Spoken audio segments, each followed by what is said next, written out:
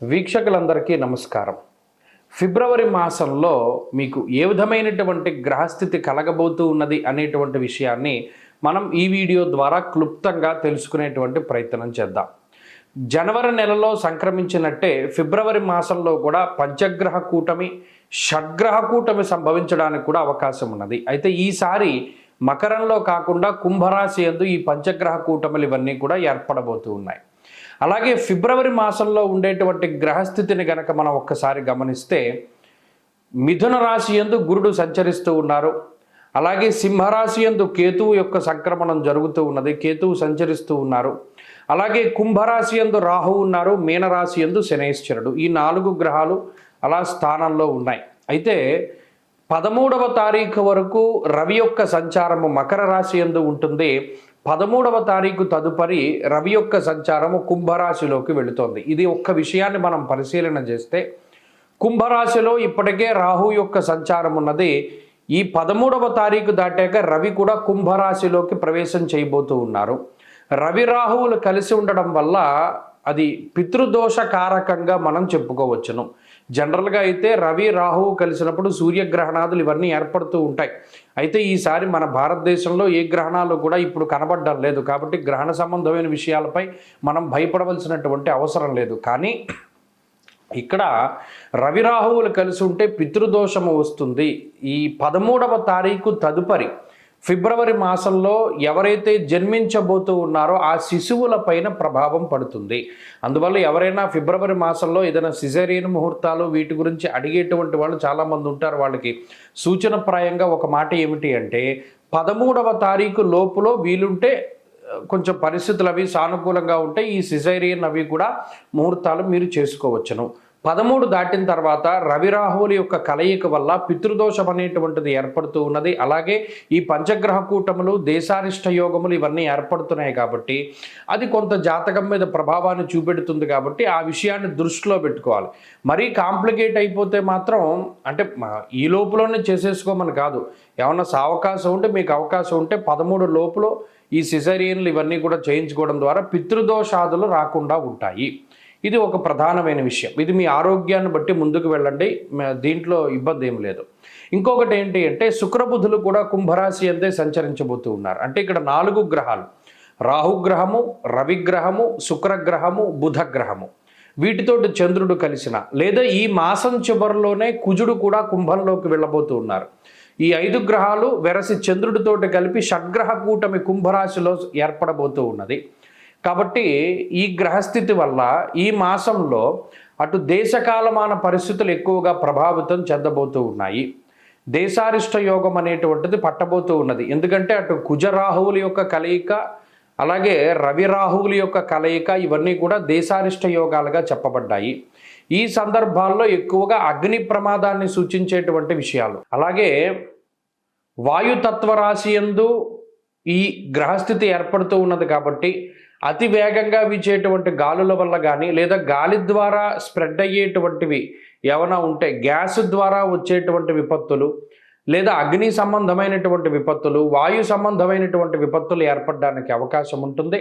కాబట్టి ఈ మాసమందు చాలా జాగ్రత్తగా ఉండడం, ఇది దేశారిష్ట యోగం కాబట్టి చెప్పదగినటువంటి సూచన. ఇక ఈ గ్రహస్థితి ద్వారా మీ రాశి ఫలితం ఏ విధంగా ఉందో మనం ఇప్పుడు తెలుసుకుందాం. వృశ్చిక రాశి వారికి ఫిబ్రవరి మాసంలో మధ్యస్థమైనటువంటి ఫలితాన్ని మనం ఆశించవచ్చును. జనవరి మాసంలో ఉపజయ స్థానమైనటువంటి తృతీయ స్థానంలో పంచగ్రహ కూటమి ఏర్పడితే ఇప్పుడు చతుర్థ స్థానమందు పంచగ్రహ కూటమి ఏర్పడుతూ ఉన్నది. మరి మాసాంతంలో అయితే షడ్గ్రహ కూటమి లాంటిది కూడా ఏర్పడవచ్చును. ఎందుకంటే కుజుడు కూడా చతుర్థంలోకి వెళ్ళిపోతారు. అయితే ఈ మాసంలో ప్రత్యేకించి 13వ తారీఖు లోపు ఉండేటువంటి పరిస్థితులు చాలా అత్యద్భుతంగా ఉన్నాయి. ఎందుకు?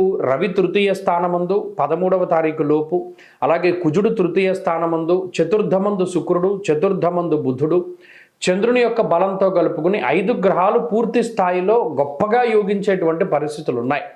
తద్వారా ఆర్థికాభివృద్ధి, ఆరోగ్యం, నిత్య సంతోషం, బంధుమిత్ర సమాగమ అన్నది శాస్త్రం, ఇష్టసిద్ధి సదారోగ్య అన్నది శాస్త్రం. అంటే ఈ 13వ తారీఖు లోపు వృశ్చిక రాశి వారికి అత్యద్భుతమైనటువంటి ఫలితాలు ఉన్నాయి. ఆర్థికాభివృద్ధి ఉంటుంది, ఆరోగ్యాభివృద్ధి ఉంటుంది, సంతానాభివృద్ధి ఉంటుంది, కుటుంబపరమైనటువంటి ఎదుగుదల ఉంటుంది. పాజిటివ్గా ఉండగలుగుతారు. ప్రతిదీ కూడా చాలా సాహసోపేతమైనటువంటి విధానంలో ముందుకు వెళ్ళగలుగుతారు. అన్నిట్లోనూ కూడా విజయాన్ని సాధించగలుగుతారు. ఆత్మస్థైర్యం అన్నది చాలా గొప్పగా కనబడుతూ ఉంటుంది. అలాగే ప్రతి చోట మీదన్నటువంటి మార్కును మీరు వేయగలుగుతారు. విజయాన్ని పొందగలుగుతారు. అన్నిట్లోనూ కూడా చక్కటి పరిపూర్ణమైనటువంటి శుభ ఫలితాలను పొందగలుగుతారు. 13వ తారీఖు దాటాక చతుర్థములకి రవిగ్రహం వెళ్ళబోతూ ఉన్నారు. ఆ తర్వాత మాసాంతంలో కుజుడు కూడా చతుర్థ స్థానానికి వెళతారు. ఇప్పటికే చతుర్థంలో ఉండేటువంటి రాహువుతోటి రవికుజులు కలుస్తారు. ఈ రవికుజ రాహువులు మాత్రం కొంత పాడు చేసేటువంటి గ్రహాలు. ఏ రకంగా జాగ్రత్తగా ఉండాలి? కుటుంబపరమైనటువంటి విషయాల పట్ల చాలా జాగ్రత్తగా ఉండాలి. కుటుంబ సభ్యులతోటి ఉండేటువంటి విధానము, అలాగే తల్లిగారి ఆరోగ్యానికి సంబంధించినటువంటి విధానము, అలాగే కుటుంబంలో ఏదైతే మనం ఇంతకాలం గుట్టుగా దాచుకున్నామో అది బహిర్గతమై 10 మందిలోనూ పరువు పోయేటువంటి సందర్భాలు అవి వస్తూ ఉంటాయి. అటువంటిది ఏది జరగకుండా చాలా జాగ్రత్తలు తీసుకుంటూ ఉండాలి.